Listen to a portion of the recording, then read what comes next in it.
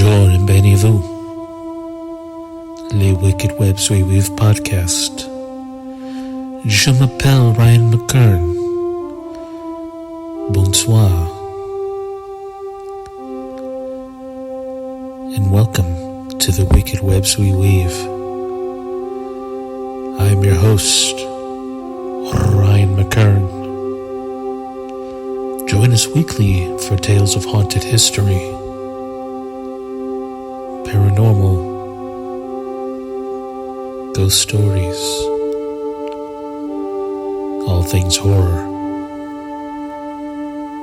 Warm yourself to the proverbial fire, dim the lights, and welcome to the Wicked Webs We Weave.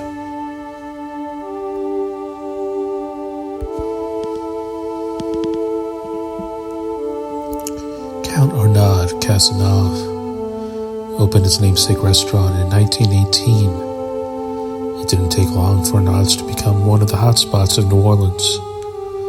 It's a must-see for any foodie in the Big Easy, being one of the 4 Grand Dames, or the only certifiable restaurant serving up original Creole cuisine. Arnaud's is the largest restaurant in New Orleans by area, and has the largest kitchen in the city too. The ghost of Count Arnaud still watches over the restaurant. He doesn't want anyone tarnishing his name. Luckily, he seems pretty pleased with the way things and the owners are running things. That doesn't stop him from spooking the guests once in a while. The Count can be seen hanging out in the dark corners of the dining room with a cheeky grin on his face. His daughter, Germaine, is also known to haunt the adjacent Mardi Gras museum. She tends to float around, making sure no unruly guests touch her prized dresses. She's also been seen barging out of the ladies' room before vanishing into the air.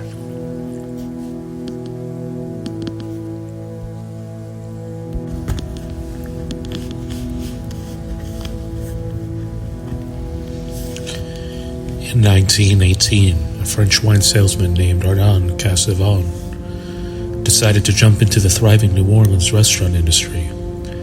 The result was Arnaud's, which today is one of 4 restaurants in the world serving authentic Creole cuisine, known collectively as the Grand Dames. Not only does Arnaud's have the largest kitchen in the city, it's the biggest restaurant in New Orleans, period. In addition to the large seating capacity, the restaurant also has 14 private dining rooms, a massive bar, and a Mardi Gras museum. But Arnaud's has a dirty secret. Behind the best oysters Bienville in town are some of the tastiest ghosts in New Orleans has to offer. Count Arnaud, as he likes to be called, has been spotted wearing his favorite tuxedo while patiently observing the restaurant's operations.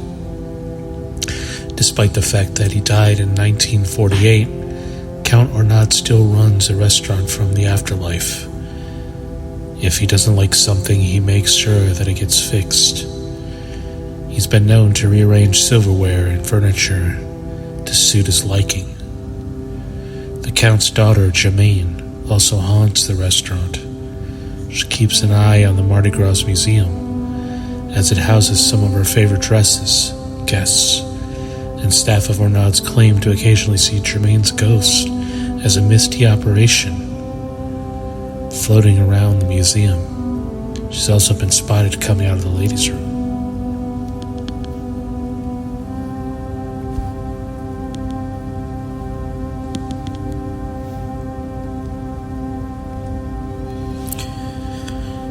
I hope you have had your cocktails, perhaps. A mint julep, Sazerac, spicy Bloody Mary, rum punch, milk punch,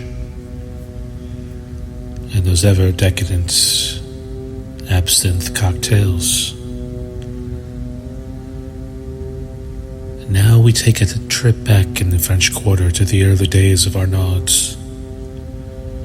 Arnaud Cazenave was a wine salesman from France trying to make it large in the big city. He decided to get into the restaurant industry after seeing some of the bigwigs around town dropping serious cash at high-end restaurants in 1918. He launched Arnaud's, his namesake Creole restaurant, catering to the city's socialites. Despite being geared to the locals, Count Arnaud attracted an international following. Arnaud's was profitable, very profitable, so much so that they invested their money towards the restaurant's expansion. Count Arnaud began buying up adjacent properties to grow his business. He bought 13 other buildings on the block, many of them being used as brothels, opium dens, or outright abandoned. He was gentrifying the neighborhood. He used the extra space to expand his kitchen, which today is still the largest kitchen in New Orleans. He also built a grand ballroom, several private dining rooms, and private quarters for his VIP guests. Unfortunately for the Count, Prohibition would pump the brakes on his business. Being a former wine salesman, Count Arnaud wasn't going to get the legality in the way of his cultural traditions. He circumvented the laws by offering his customers coffee that they wouldn't get anywhere else. He used his private dining rooms and hidden backroom bars as safe spaces where the customers could drink freely. Eventually, the long nose of the law sniffed out Arnaud's hidden steakies in the speakeasies within the restaurants. You could walk up to the bar and ask for a coffee, and you would get something far greater. The Count was arrested, and his restaurant shut down and padlocked. He fought the allegations in court and won, just in time for the end of Prohibition. Arnaud's really took off during the thundering 30s. It became the leading restaurant in New Orleans, leaving the competition far behind in its wake. The city's business class made it their go-to spot for work lunches and Friday night dinners. It was a must for out-of-towners who came to Arnaud's for a taste of the real New Orleans. Arnaud had over 50 items on the menu, including 9 different preparations of oyster and 16 different styles of potato dishes. Count Arnaud wanted the menu to appeal to foodies and casual diners alike. After the devastation of World War II, Arnaud's began to attract a different type of customer. As Europe was in shambles, the well-off decided to leave their war-torn countries and travel the globe. The unique culture of New Orleans in the French Quarter attracted many expats looking to lighten up the darkness of the war. The city became an international tourist destination, and Arnaud's is on the list of must-see establishments.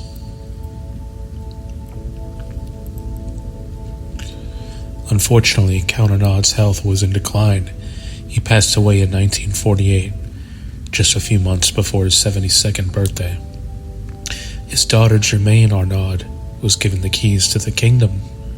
Despite her boisterous personality, she ran Arnaud's like a well-oiled machine. She was known for her heavy-handed tactics, which were a result of her desire to uphold her father's reputation. Even though she didn't have the business-oriented personality one needed to run a restaurant, she knew theater. Germaine used her experiences on stage to give her the motivation to keep the ship afloat.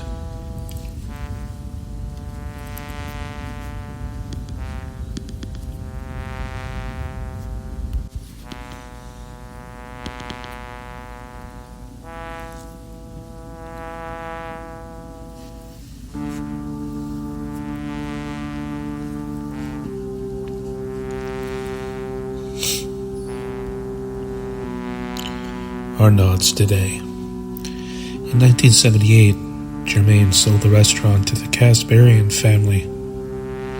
The question is difficult to answer why. It wasn't a logical decision, but the outcome couldn't have been better.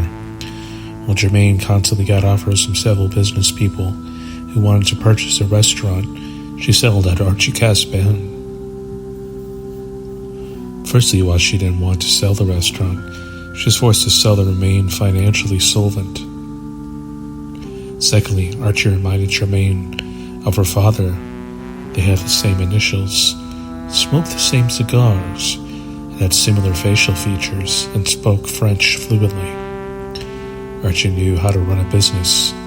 He had been running hotels in Cairo, New York, and New Orleans for decades. By the time he bought Arnaud's, it was beginning to fall apart. He restored the restaurant to its original grandeur. He revitalized the original furnishings, from the chandeliers to the tables and chairs, all the way down to the original ceiling fans. Arnaud's is now in the 4th generation of Casabarian management. The restaurant survived Hurricane Katrina. It was one of the first restaurants to reopen after the storm, even offering a full menu upon reopening. Today, Arnaud's is one of the 4 Grand Dames, along with Broussard's, Antoine's, and Galatoire's. These French Quarter restaurants all have authentic Creole cuisine. Many say there are no other restaurants in the world that can match the cuisine found in the Grand Dames. Whether they are, or others haunted, well, that's an entirely different matter.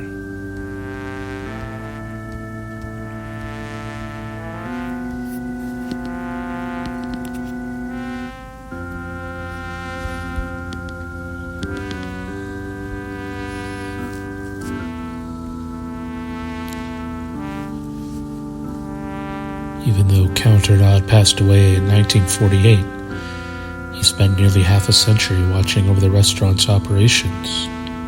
Apparently, he doesn't want any mistakes that might tarnish his name. Even though the Casbarians are now the rightful owners of Arnaud's, everyone knows that behind the scenes, the Count is the one running the show. Count Arnaud can be seen in the corners of the restaurant, out of the way, but still keeping a watchful eye. Haunting. Roaming, he prefers to stand at the far left corner of the main dining room. When things are really busy, he appears as a tall man with a mustache and tuxedo, and seems like a normal staff member or guest at first glance. He's always smiling, seemingly satisfied with the smooth operations his namesake establishment. Perhaps keeping over and making sure everything is satisfactory at the wonderful and never duplicated Arnaud's. Don't let his smiles fool you, though. Count Arnaud is quite strict. Even from the afterlife, he feels the need to micromanage the restaurant's affairs. If something isn't right, you better be sure he'll fix it. Count has been known to rearrange tables, chairs, silverware, and furniture if it isn't up to his standards. Some staff members even blame the ghost for the Count for broken dishes and restaurant mishaps. The ghost of Germaine, the Count's daughter, has also been seen hanging around Arnaud's. In line with her lively personality, she tends to be the spirit who is more likely to startle the guest. One staff member saw a strange woman leaving the ladies' room, only to see her walk through a wall as if it wasn't there. Unsurprisingly, the waiter was shaken and took the night off. Germaine is more commonly seen floating around the Mardi Gras Museum.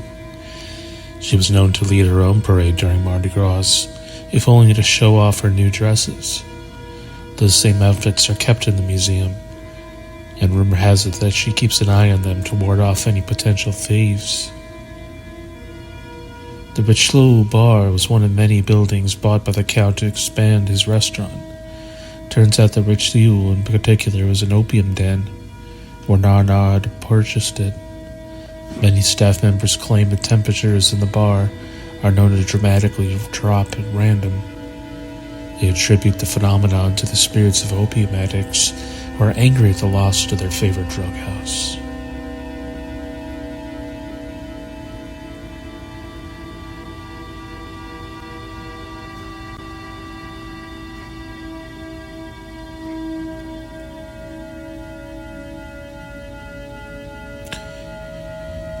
A highly employ all of you to visit Arnaud's. This is a wonderful establishment, and everyone will take care of you and make you feel wanted and have the best experience of your life.